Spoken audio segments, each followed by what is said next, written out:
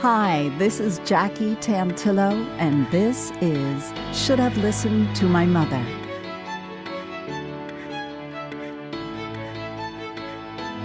It's not every day that you get an email response like the one I'm about to read to you, where you're met with such enthusiasm and mutual excitement. My guest wrote, "Sounds great, fabulous. I should be a guest on the show. My mom is my rock, my visionary, etc. With all my media ups and downs, life's twists and turns, many people tell me how lucky I am." My guest is the founder, president, and CEO of AlwaysON PR, and I'd like to welcome Jay Jones to Should Have Listened to My Mother. Hi, how are you? I cannot believe I wrote that. You did. That was your very first response, and I love it. Oh, my. Oh, my. I love it. Yeah, well, it's true. Because I have been through a lot of ups and downs, and as we were, doing in our little pre-interview earlier, it's been that push, that leap of faith, because as a media person, I've been in Syracuse grad, double decades of media ups and downs from San Diego to Salt Lake, Utah, back to New York, now in, L.A. and San Diego. You would get down, you lose your family, you get divorced, but your mother, I would turn to my mom and say, what should I do? And finally she was like, start your own business. And I never did it, never thought I would do it, never had the inkling of doing it. But it was that vision she had, that rock that kind of kept me pulling up my bootstraps and starting, like you said, AlwaysON PR, which is something I felt that all of a sudden came out of my pores. Like, I can put people on television, put them in the broadcast, book you on a national story, calls come in all the time, but I never thought I can do it. But I turned to my mom, and, I know you probably heard this 1,000 times with all the, bunch of hundreds of guests you probably had, mothers and sons. And I don't know if you heard it like black mothers and sons, and I don't know if there's a race difference, but I'm telling you, in the circles I've heard it, definitely mothers and sons, but I don't know if there's something a little more heat between, black mothers and sons. But I'll tell you right now, we are so, attached to the hip. I remember growing up, we used to do push-ups together. Like, she would get ready to work, and I would get ready for school, and we would exercise. Even to this day, she's like, I'm walking 2 times a day. She's one of those mothers. We all have our different. She's a walker. I don't really walk. And I've walked with her, but it's not that type of thing. But I remember doing, exercise with her, push-ups and she parties. And you see some of the, as you grow, you almost become that parent. Whether you're parenting I don't know how old you are, but as you get older, you almost start to take care of your family. My mom's in her 80s now. So, I kind of, help her in a lot of ways as well and become kind of, and a lot of times we laugh because I give her the same advice back. I'm like, oh, you got to practice what you preach, or, you got to, drink your water, or simple things like that. I'm not, that type of thing. So, what's your mom's name? Doris Goodwin. Doris Goodwin. It was Jone, but yeah, she had gotten married.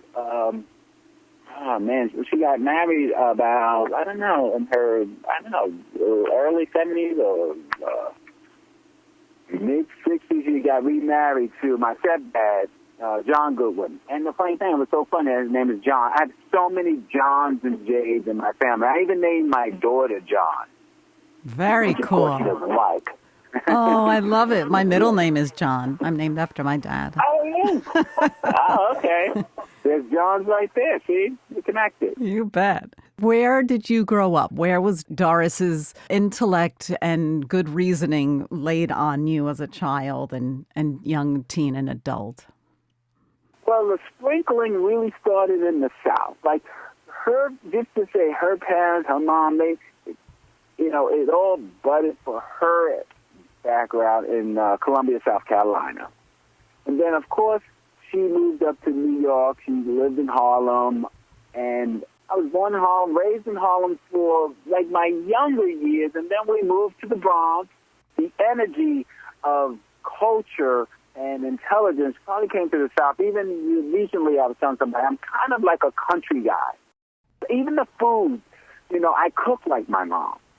I do all the cooking. She taught us to, like, when you're growing up, and she was a single mom at quite a while. That actually is probably, even though you've heard this story, that's what makes the relationship so tight, probably.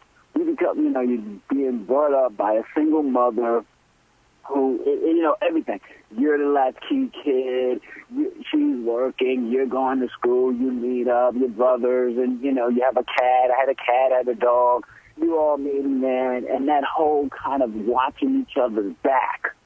So you almost become like, your mother, you can't be sassy, but you're almost a friend as well. You become friends and your family, and nothing comes between your mother. You get jealous of her friends, or you get angry when she goes out and leaves you as you're a child. And then you start to really, embrace what it means. And, together, she and I, we took my first air flight. We flew to Syracuse from the Bronx or LaGuardia to Syracuse, and that was like my first plane ride. So, of course, that was like a big, and it's she and I. And so it's those light bulb turning moments that you realize. Going to camp, it's kind of like a bad kid, you kind of sassing the teachers, or, playing hooky, or, you have a new girlfriend and you're going to the movies and you're not coming home for curfew and all those things. But there she is, to, beat you and teach you, but cuddle you at the same time. And all that growth, as she preaches, you got to do this, you got to do right, you got to be this type of man, you have to be this type of provider, you got to be this type of person to, everybody, be nice to everyone, treat them with respect, pull out the door, get this job, get this career, open your mouth, stand up straight. You feel like you're watching the movies. Endless. It is endless. But without her as your rock, your life perhaps could have been very different. Right? If you had a mom that was maybe not as invested in you, especially maybe in the neighborhood that you were in. I don't know exact neighborhood, but you know what? You needed her. She was your rock for a reason. Well, as I'm flipping through some of these pictures myself, because I was using them as inspiration to have, better conversation with you, you're right. When did your mom become a single mom? As a child, she was a single mom? You know what? The funny thing is, you kind of, I mean, I've known her to have great boyfriends. Yes, she's been a single mom all my life. Now, the funny thing is, and this is like so much information, but I know she would love me for saying it because she wants everything to be transparent and upfront. So my brother, who I consider my brother, but I guess in technical terms is my half-brother because he has a different father. So check this out. And this is, you already know where I'm going. Of course, his father would come over, on the weekends or whenever, pick him up. He would go with his dad, fishing, hunting, golfing, and it'd just be me and my mom. So she and I would go, like, every weekend to, like, Fordham Alexander's on Fordham Road in the Bronx by Fordham U and go shopping or go to Lehman's, and it'd be her way of kind of, even, it wasn't just me she was kind of helping. It was kind of both of us. It was almost like a therapy. So we would bond and have these times. At that time, that's the impressionable age, like, I don't know, 5, 6, 7, 8, 9, 10. You have your first pair of Converse and everything is just new. So we would go shopping, and that's how our bond has really grown. It's so funny that to have these conversations and for you to ask the questions, to think back, because some of that stuff you almost bury. Like I'm north of 50 now, so some of those things you bury. How am I going to remember when I was 8, 9? But thankfully, you like get the pictures And so the photos help you remember the time. That's great. How did she support you guys? She's a social worker. She was a social worker, which I think that's part of one of the traits I have. And like in the part of the Bronx, this is great too.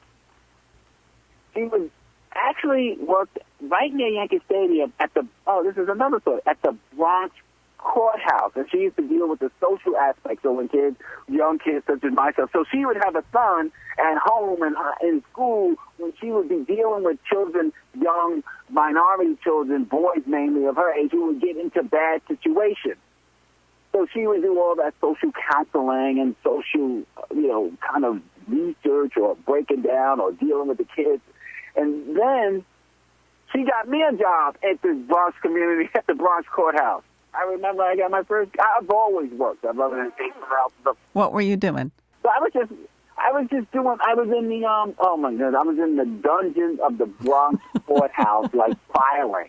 That was back in the days when there was that filer system. Like you would go to the library and look into that.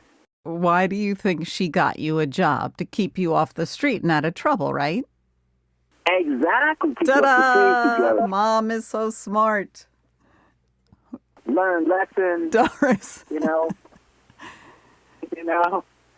her off your back from begging, because you can't get them everything. But yeah, I just almost forgot about that. But that was a great time. The Yankees used to play down the street where the Yankee Stadium was.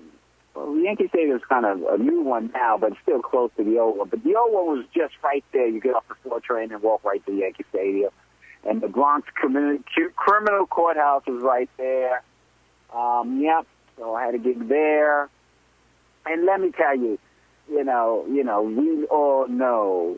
Listen, I'm no warrior and no Bruce Lee of martial arts, but the Bronx is a tricky place growing up. You can get, robbed or stuck up, as they would say, or, get into trouble or trip over the wrong thing or touch somebody by accident, and the whole thing would, explode into, something deadly, unfortunately. But I've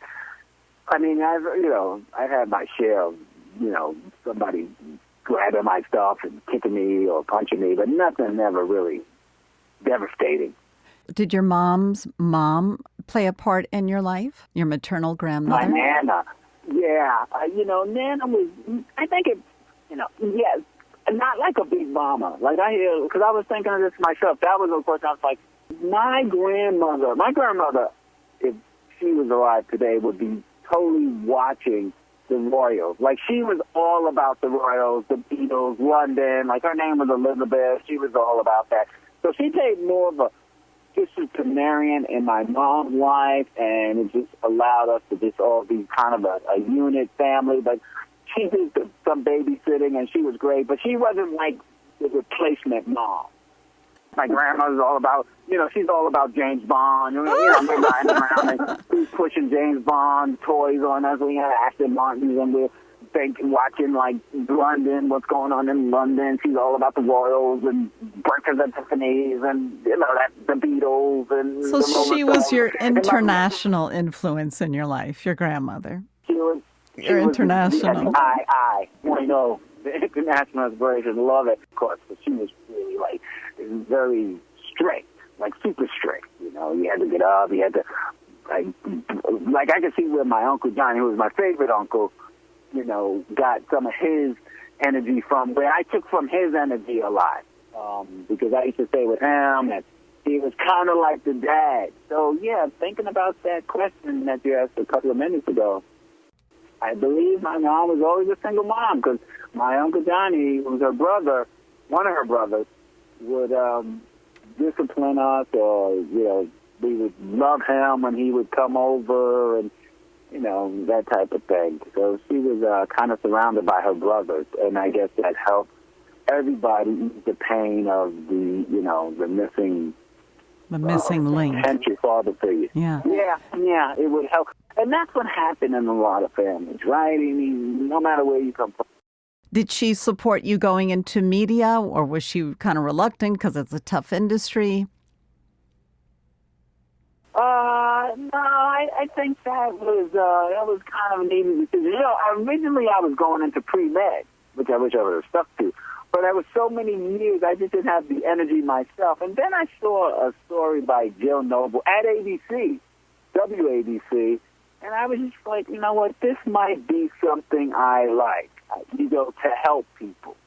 That was what was happening in my high school brain at the time. It's like, how could I help people? I was thinking, doc medicine, I can help people, heal people. But in journalism, I thought, hey, I can help people and hear people and that type of thing. So that was the focus of my career.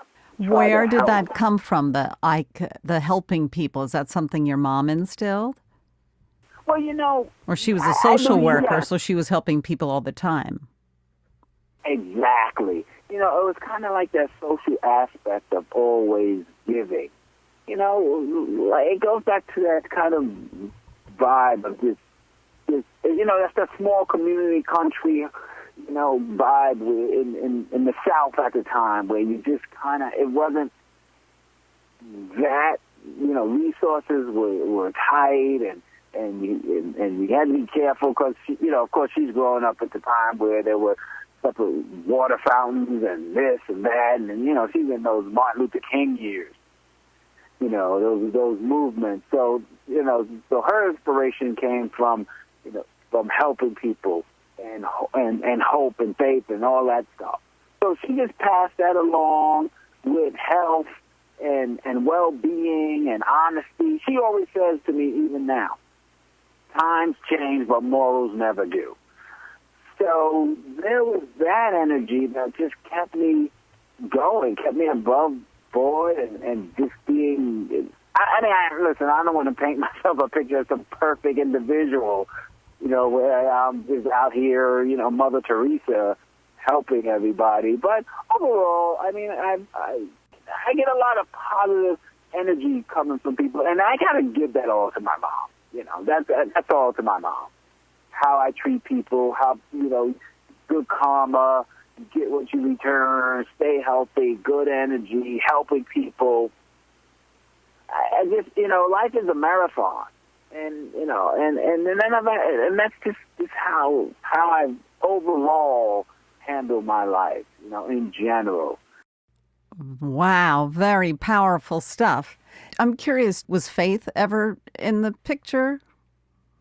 Big time. Even to this day, I wear, you know, a cross, I wear a small cross, you know, rosary beads around my neck. But yeah, you can, that part of the country life. I mean, you know, there's faith, there's pastors. You know, my mom's probably loved her pastor. You know, faith is a big part of growing, upbeat, bringing, you know, that church, the black church, is one of the cornerstones of the community, and it still is.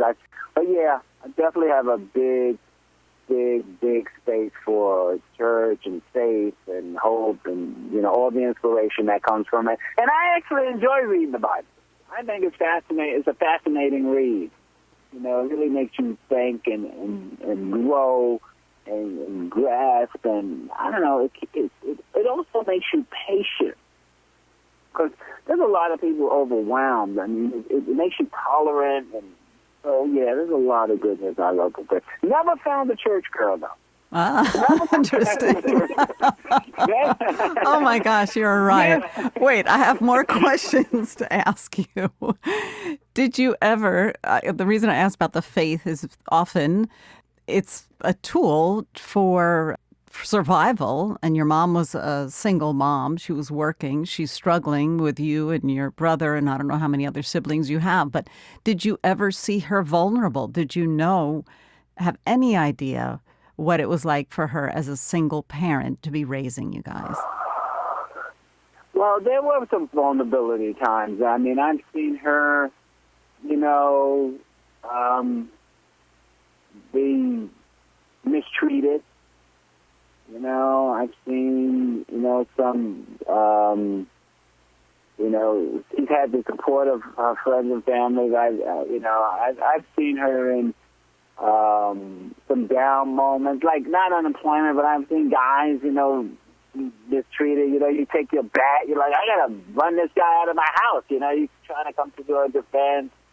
So I have seen that, which has been shocking. I had this long drive. At one point, I was living in Stamford, Connecticut, and she was dating a married man, and I liked this guy a lot. I liked this guy a lot. I thought he was great, but he was married. So one day we're driving to my place in Stamford, and we're talking. See, that's the thing. So many she and I moments. So I'm telling him, like, you should get out of this relationship. And I'm telling her this story, and she's crying. Because it's like she really loves this guy. She loves this guy. I'm like, listen, this is not working.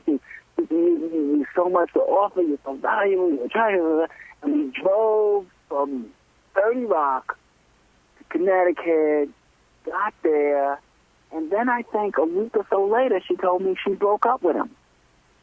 And she's like, it broke my heart. It was all right, but you and I were right. It's the best thing I did.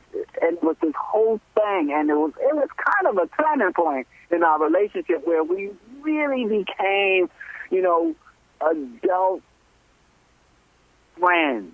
I mean, we really, she tells that story, too. Like, we tell that story between each other. And I'm never going to forget that time you told me I need to get away from, Mr. X in this case, which was a great guy. Not the right great guy. It was a relationship with, you saw each other as adults and the mutual respect. It wasn't she was the mom and you were the little son. So that's a pretty significant turning point. I can totally understand that. That's pretty great. Yeah, that was a big deal. I know you have a fun Geraldo Rivera story to share about your mom. She was in the audience. Yeah, so she was in the audience. She was fantastic, and I was producing the show. She was, and they loved her because she used to come to the shows all the time. But one time, Geraldo's wife, who he was married to at the time, Steve, came to her. And we had come back to the offices and said, "Oh, Jay, he's so polite, he's so energetic, he's so positive, he's so upbeat, he's so great to work with." And it was she's emotional, I guess. It just brought tears to her eyes, but those were tears of joy and tears of excitement. It's a big deal to kind of, I don't know, my uncle played ball at PA, so it wasn't like I was like the first to graduate college. But it was just great that I come out of Syracuse, got this gig with Geraldo. The show was popping, very exciting. I was traveling a lot, and so it was just like her investment, so to speak, paid off. I don't think she ever looked at it like that, per se, but she just loved that complimentary, loving that we had. Because, DR ran it differently. He ran the shop, like a family, even though it was about like 75 of us, still. Every mom would be so touched if someone in the position, the stature of Geraldo, would speak to her directly and compliment her, meaning that all of her hard work and effort paid off. Any mom would want that. No, that puts pressure on you, too. You know what I mean? It's like, so you kind of almost have a little pressure to be, once you're in the apple of your mother's eye, like, you don't really want to fall from the graces. You don't want to fall. Don't. You really don't. So you think you put that pressure on yourself, or you felt she was constantly keeping an eye on you to make sure you achieved? I think there's a ton of both of what you're saying, but I think subconsciously as you get older, like, you really, like, I would hate to break my mother's heart now, because of something silly, like I gave up and, I just decided not to get up and work hard or do something. I mean, a lot of times she's giving me conflict analysis, you rest, you should take a break, you need to balance it, and the other, and you're like, okay, sure. It's something to pass down to the next generation. Because a lot of times, you get older, you feel like you got to bring up the next generation, each one teach one type of thing. Because I have a small family. When you kind of have a small boutique type family, you kind of want to take care of each other. Absolutely. regardless, even if it's you keep your eyes on one another and your heart open and be there for each other. And that's a pretty great thing to have, because some people don't even have that. Right. And I feel bad for people like that don't have a family, because sometimes I talk to, gentlemen who go through changes, men, mainly, men are starting to share more. Men are kind of like, well, we don't share as much. Sometimes you don't have many men friends. But lately they've been sharing, and you do want to, be open. And I do want to share more. I'm even sharing more with my mom, too, about more things that have hurt me. Like you asked if I've ever seen her down. And sometimes I've buried things and kept it from her. And you might say, oh, I didn't get as much on work, or I got stiffed in a deal, or something that's really embarrassing when you kind of have your tail between your legs. But you know what, Jack? That's why I said I got to do this. Because all the times when I've had my tail between my legs and I felt like the world was coming to an end and there was no way out and it was just, cloudy skies, you call up dear old mom, and I'm telling you, on the real 100, whatever they say today, she would make it bright. I mean, it would be enough that I can get up, get out, pull up my bootstraps with the strength of a million men and make it happen. And that is what I'm going to take, to my dying day. If you can bottle that and give it out to the world, it would be a much finer place. I put him in the terms of swag, but it's more than swag, just to keep it hip. It's love, man. It's wisdom. It's love. It's selflessness. It's all of those things that moms are. So, exactly. Oh my and that's goodness. Why I was so delighted, because, earlier we talked about the divide, but this was all about love. It's all about love. And that's what it comes down to. Some of the greatest things are the simplest things if you have the knowledge and the wisdom to understand it. And that's another thing about the church that she gave to me, that she got from her mother, who she got from her grandmother. These sisters, as I like to say, they stick together. They will help each other up. And I see it now, even. I even say it. Sisters stick together. All women, I think, stick together. That's why I was going back to that thing. They walk together. Men we don't sometimes have that. We don't want to say when we're hurting, or something bad is happening. We can't really say it. Well, hopefully this is the beginning of the new sharing and opening up, especially for men.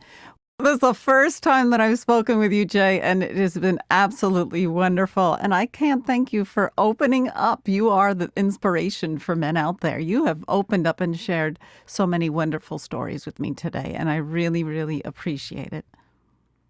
Absolutely. Well, thanks for, giving me the opportunity and being patient with me, allowing this chance. This was fantastic. It brightened my day, because some of those questions were kind of going into the thick of things. You were like, when's the last time you saw your mother like that? I was like, I had to run out with a baseball bat to help her. Yeah, that was a hard one for me. Please say hello to Doris from myself and all the listeners of Should Have Listened to My Mother.